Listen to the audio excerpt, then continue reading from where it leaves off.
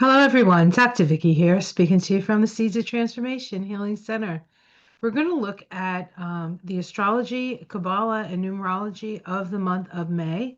We're going to stick to just general astrology. I'll be doing a more specific astrology video um, later that you can check out. So let's get started. Before I do that, actually, let me welcome my new subscribers. Welcome to this wonderful um, group of like-minded souls.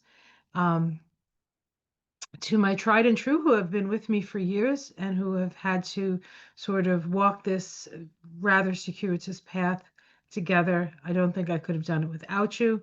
Thank you so much for your loyalty. For my new members on my membership for YouTube, welcome, welcome, welcome. I hope that you're enjoying the membership and I promise more is coming for you. I'm still getting my feet about me with a membership. So, and to my Patreon folks who have been with me for years as well, thank you so much. I really appreciate your support. All right, let's get into the situation, the sitch, as they say. Sorry. Oh my goodness. And just ignore what first comes up because that is not the beginning. Only the beginning of what I want to feel forever. Here we go. All right, found the beginning. And let's do the technical stuff. Always my bugaboo, as it were. Okay, come on now. All right, so we're looking at the astrology Kabbalah of May. Oh, now it's moving by itself. This is what goes on. Okay. This picture, by the way, is actually from my yard of my clematis, which is one of my favorite flowers, but I thought I would put that in there. And for those of you who follow me every morning, now that it's spring, we're going to get to see all these beautiful things together, as if for the first time. Okay, so let's talk about the numbers. So we're looking at the numbers. We're looking at the the astrological correspondences, the tarot correspondences, and the correspondences on the Tree of Life. And so when we look at the month of May, the first place we start, as we do every month, is with the universal year vibration. And for those of you who've been following me know that we're in a 9 year, and that 9 in the tarot is the Hermit card. The Hermit card is connected to the sign of Virgo. And on the Tree of Life, this path sits right here. It is the path of the 9 vibration. There's a little Virgo, and that right next to it is the South Node. And so the South Node, this is the transiting South Node we're speaking of, is in Virgo. The nodes of the moon start at the end of the degrees, so it starts at 30 and moves back to 1. And so we just started this journey with the South Node in Virgo back in January. It was the first thing that really shifted in a very shifty year, as it were. Now, the South Node is often seen as what we're here to let go of. And perhaps within Virgo, we're being asked to let go of our need to be perfect, okay? Or our need to be critical. Of course, we might even say that critical thinking is out the window with the South Node in Virgo. And perhaps to a certain extent, that's not untrue. And I know that probably doesn't make people comfortable, especially Virgos. It's like, wait a minute. Because Virgo is known for its analytical power, right? And its ability to perfect. But I almost feel like at this point, the South Node in a 9 year, there's a couple of things I want to say about that.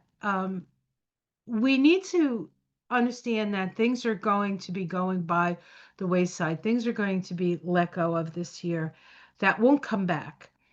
And so spending too much time on things that are, might we say, passe, um, or old projects that, perhaps we've been trying to perfect for years, perhaps this is the time to just either let go of the need to be perfect or just put it out there, right? Put it out there in its imperfect form. I think part of Virgo's lesson is to understand that there is no such thing as perfect and that we are all perfectly imperfect. That being said, one of the other values and assets of the South Node is that it can open us up to talents and abilities from the past. And that's especially important because on the Tree of Life, this path connects the pillar of the future, I mean, the pillar of the present moment, which is the middle pillar, the pillar of transformation, with the pillar of the past. And it connects Hesed here, which is Jupiter energy, which at this point, this month, is still in Gemini. That is going to be changing in July. It moves into Cancer in July. But right now, it's still in Gemini. That's information. Jupiter is what we know, what we believe to be true. It's to a certain extent our philosophy of life. And Hesed is also associated with something called the Akashic records. And so it is the place where the book is held, right? The book of all our lifetimes, of all our the possibilities perhaps. And so, and it is about the past. And so, for those of us who feel like we've had a past life as a healer or a past life as a whatever things, and oftentimes we're good at the things that we've done before, in that case. So this is really about bringing talents and abilities forth from your previous lifetimes, or even just your previous experience.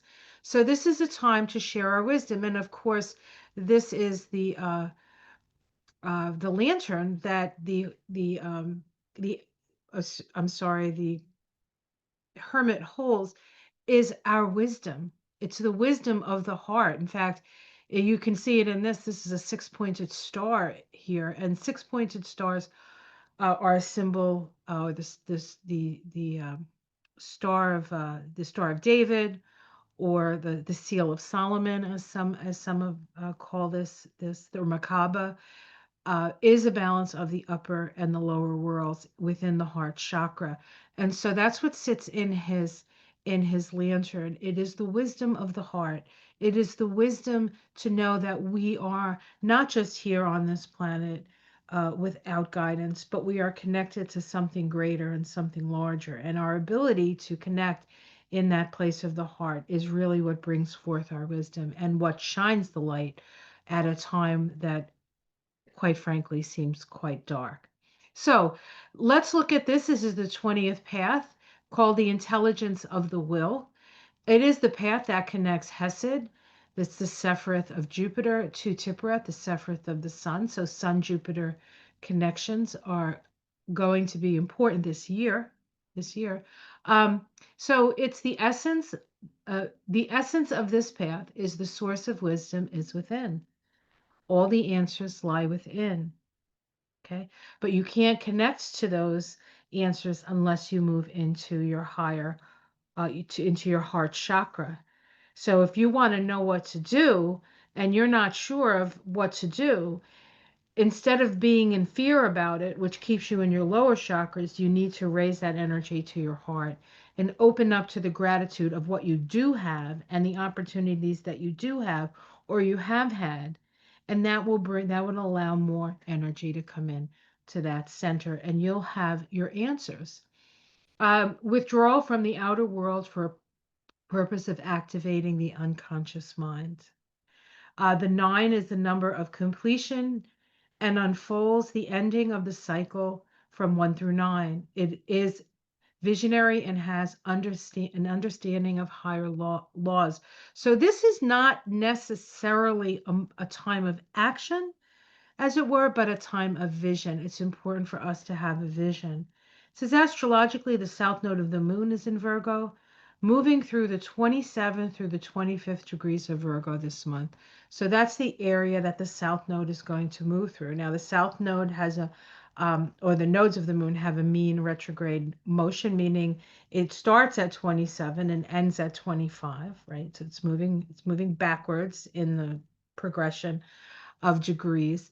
So if you have anything in that area of your chart, then the south node is going to be coming over that area of your chart, and you're going to be asked to both let go of something that no longer serves or utilize a talent that you already have to help to envision the future, the North Node in Pisces. All right, so that's the 9 vibration. And now we're in the 5th month, right? My favorite month, May, the merry, merry month of May. And the 5 is the Hierophant in the tarot. It is located on this path. It is in the pillar of the past.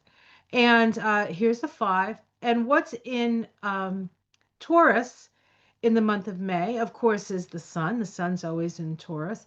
We have Mercury in Taurus as well. And we have Uranus in Taurus. Now, of course, Uranus has been in Taurus now for going on almost 7 years. Uranus spends about 7 years in a sign.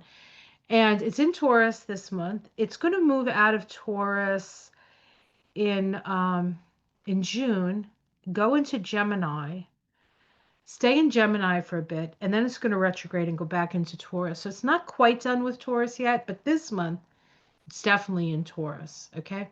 Now, the Hierophant is the 16th path called the Triumphant Intelligence.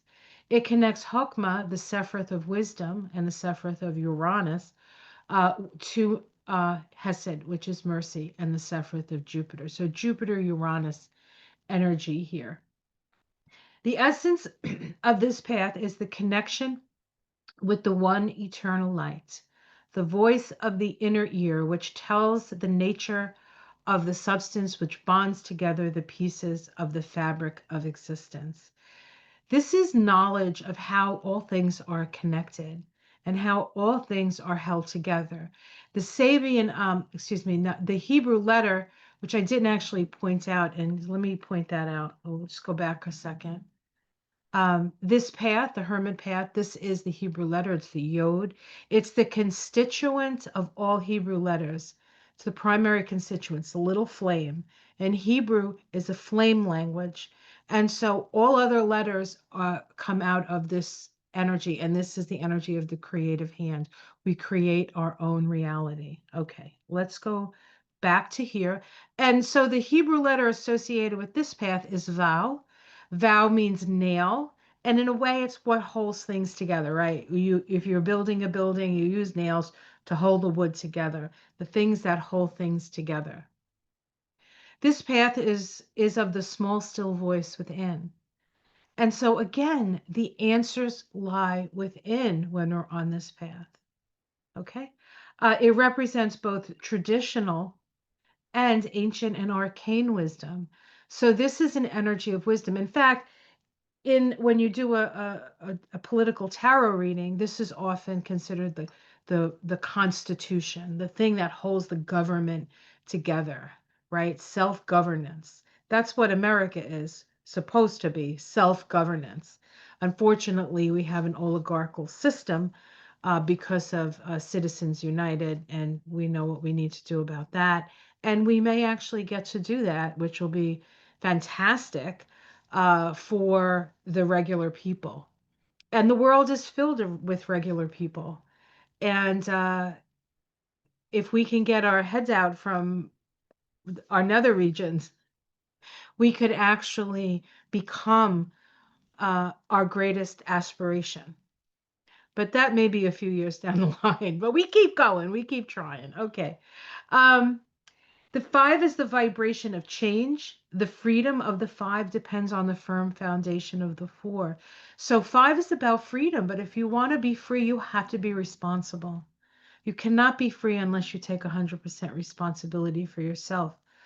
If you're blaming somebody else or some other situation for your problem, you're not taking responsibility for yourself. Now, of course, you might say, well, because of the situation, the country you find yourself in, you don't have the same opportunities. That is true. That is true. So it's not simply what you can do. But if you happen to be in a situation wherever you do have self-governance, this is the energy that you need. Whatever part of your life you're self-governing, you need to focus on that. Astrologically, Uranus, Mercury, and the Sun all express on this path as they move through the sign of Taurus. So we see that. Okay, now lastly, we take those 2 vibrations, the monthly 5 vibration and the universal year 9 vibration, And we add them together and we get the vibration that's specific for May of 2025. And that is the 14-5. It is the Temperance card. Here we have the Temperance card. It is associated with the sign of Sagittarius. Okay. Now, Sagittarius at this point, um, planetarily, there's no planet in Sagittarius. However, the path that this gets activated on the Tree of Life is called the Path of the Mystic. It is the path that connects Tippereth, the Sephiroth of the sun, with Yesod, Sephiroth of the moon. So the sun-moon connection this month is especially important. Full moons, new moons, first quarter, last quarter moons, all get expressed through this path. So this is what makes this, this is where the energy is in the lunation cycle of this month. So Temperance is the 25th path on the Tree of Life. It is called the intelligence of trial or temptation. This is a this is a um, this is a trial by fire. Temperance has two definitions really to temper your actions, right? You don't eat too much, you don't drink too much, you don't get caught up in extremes. It's really about putting one foot in front of the other and just focusing on where it is you want to go. Remember, this is Sagittarius. Sagittarius is the archer. Where is the arrow pointed at? That is where you're looking, right? You're looking at what you're aspiring to. And in this path, you're aspiring to your heart. You're aspiring to Tippereth. This is a path that crosses the veil, what we call the veil of Paraketh, or the veil at the temple. This is the path where we come in contact with our holy guardian angel. That's why we see an angel in many of the depictions. We also see that she has a cup of fire and a cup of water. That is alchemical. Fire is masculine, water is feminine. It's the primary elements, fire and water, that create other elements. When they come together, air rises and earth falls, right? And so they're the sort of the mother father elements. And so this is an alchemical process that we're going through. Very powerful, very important. The essence here is the middle path is the key to happiness. And it is in the center of the tree. Now we have connections to the past. We have the pillar of the past here. It's connecting over here. We have the pillar of the past connecting to the pillar of the present moment here. But the month vibration, specifically the month vibration, goes down the middle pillar. And this is about the present moment. So one of the most important things that we can remember this month is to stay present. Stay present. This is the path of the mystic. It represents the idea of avoiding extremes, as well as the strength and uprightness of a path uh, who gets exposed to extremes. So the other definition of temperance is to temper steel.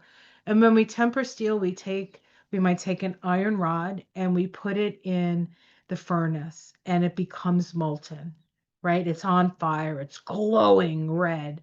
And then we pull it out of the furnace and we take the biggest hammer that we have and we bang it.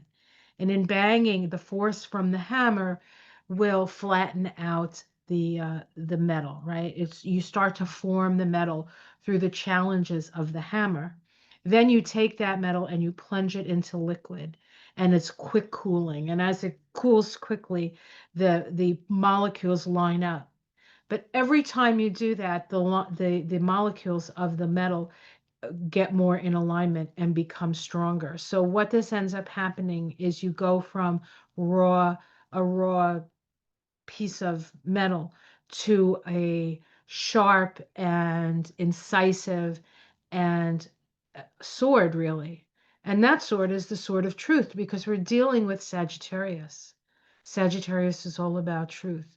So we are forging the sword of truth this month.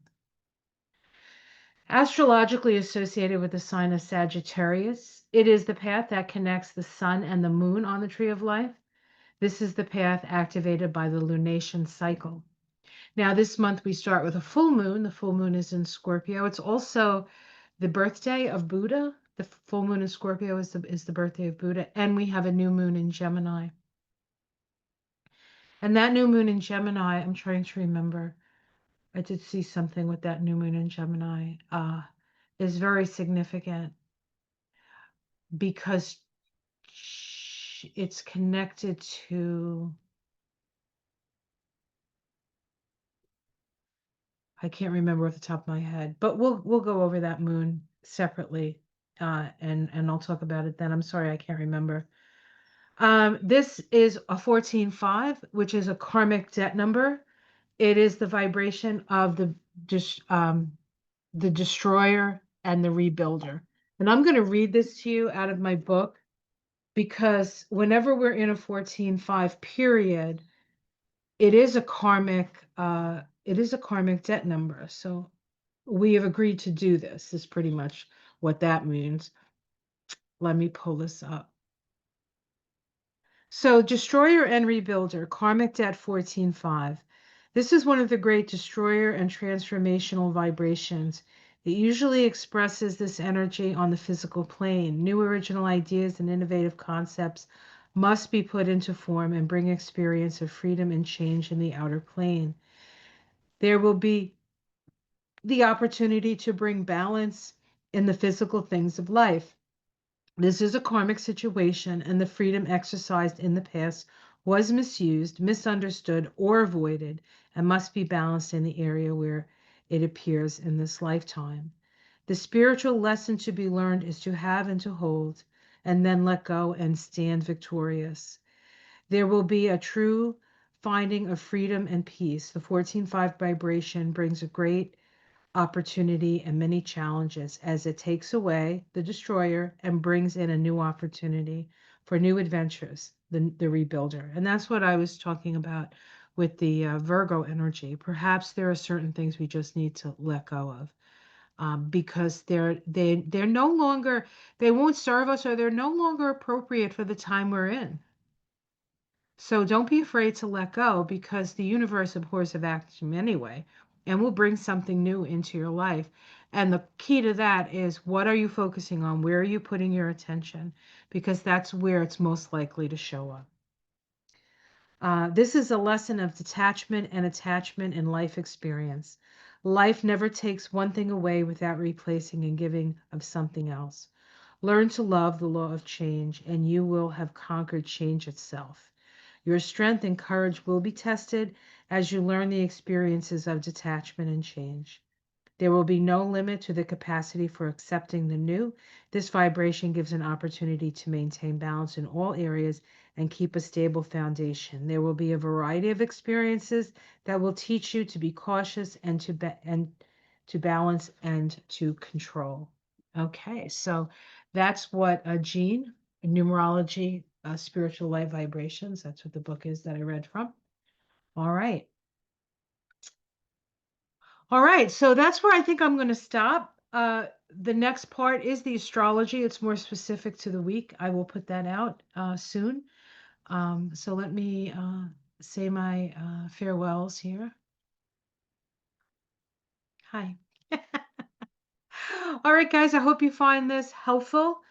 Like and subscribe if you're not. Um, I'm sorry. This usually comes out for my memberships and my Patreon first, and then it comes out for the rest of you. So hopefully you find this helpful as we navigate the merry, merry month of May. Take care, everyone. Much love. Namaste.